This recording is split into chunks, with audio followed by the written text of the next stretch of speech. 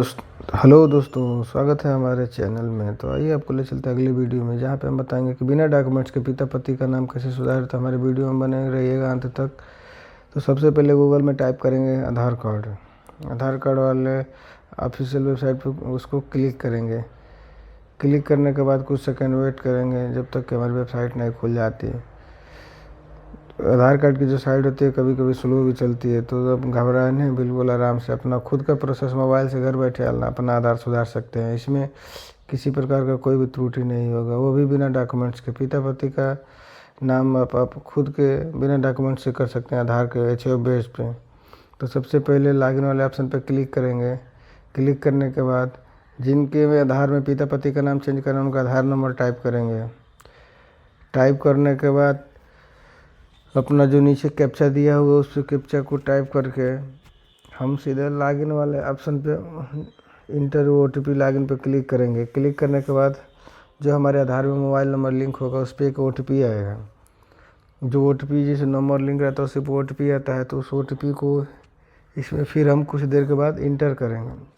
OTP आने के बाद हम जब इंटर करेंगे तो अपना ओटीपी डालने के बाद फिर हम लॉगिन वाले ऑप्शन पे क्लिक कर देंगे। क्लिक करने के बाद कुछ इस तरह का इंटरफेरेंस खुलेगा, जिसको हमको पिता पति का नाम चेंज करना है। तो सबसे पहले आधार अपडेट वाले ऑप्शन पे हम क्लिक करेंगे।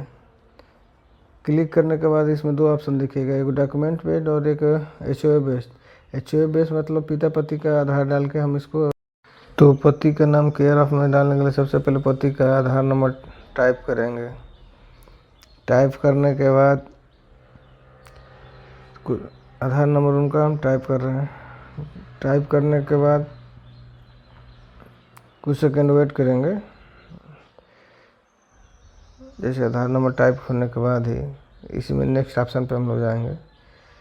आधार नंबर टाइप हो तो ऑटोमेटिक जो उसमें नंबर दिखा है इसमें कि आप पिता है कि पति, उस पर आप इनका पति का नाम चेंज करने स्पाउस सेलेक्ट करके नेक्स्ट वाले ऑप्शन पर क्लिक कर देंगे। क्लिक करने के बाद इसमें हमको पेमेंट वाला ऑप्शन पे जाना है, तो उस पर भी एक ओके करके इसमें पेमेंट आप किसी भी माध्यम से कर सकते हैं।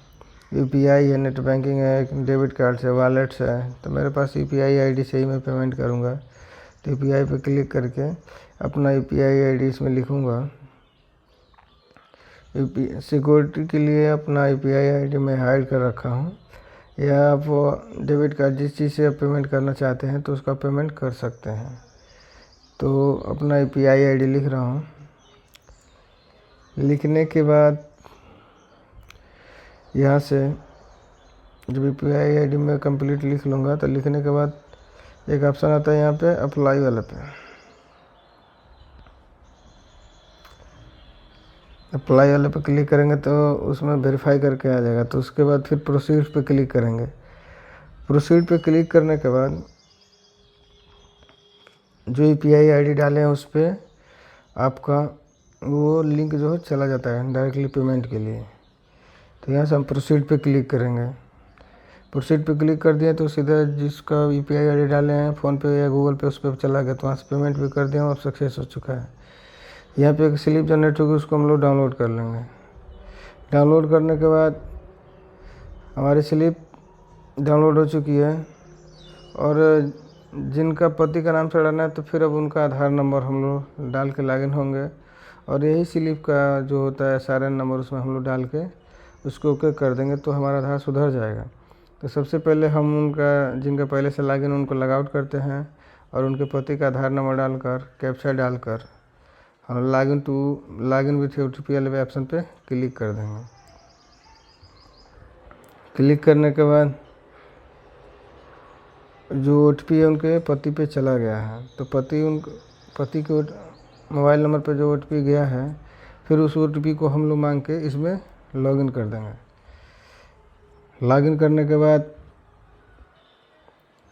कुछ इस तरह का इंटरफेरेंस आएगा, इस पर ओके वाले ऑप्शन पे क्लिक कर देंगे। क्लिक करने के बाद कुछ इस तरह का इंटरफेरेंस खुला है जहाँ पे लिखा है कि एचओ बेस्ड एक अनुरोध आता है, उस पर क्लिक करके और जो हम लोग पर्ची डाउनलोड कर रखा है उनका स्लिप, उसमें से हम एसआरएन नंबर कॉपी कर लेंगे।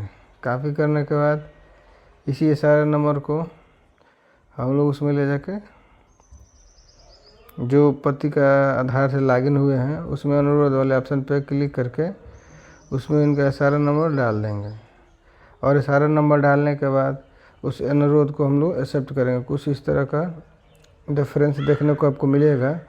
तो उस पर एग्रीमेंट आता है, उसको एक्सेप्ट करने के बाद आपको प्रोसीड वाले ऑप्शन पे क्लिक कर देना है, फिर ओके करना है। ओके करने के बाद आपका अनुरोध सफलतापूर्वक दर्ज हो चुका है और यह बहुत जल्दी मात्र आधे घंटे से 24 घंटे के अंदर ही आपका आधार जनरेट होकर निकल जाता है, जिसमें केयर ऑफ का नाम भी शो करता है।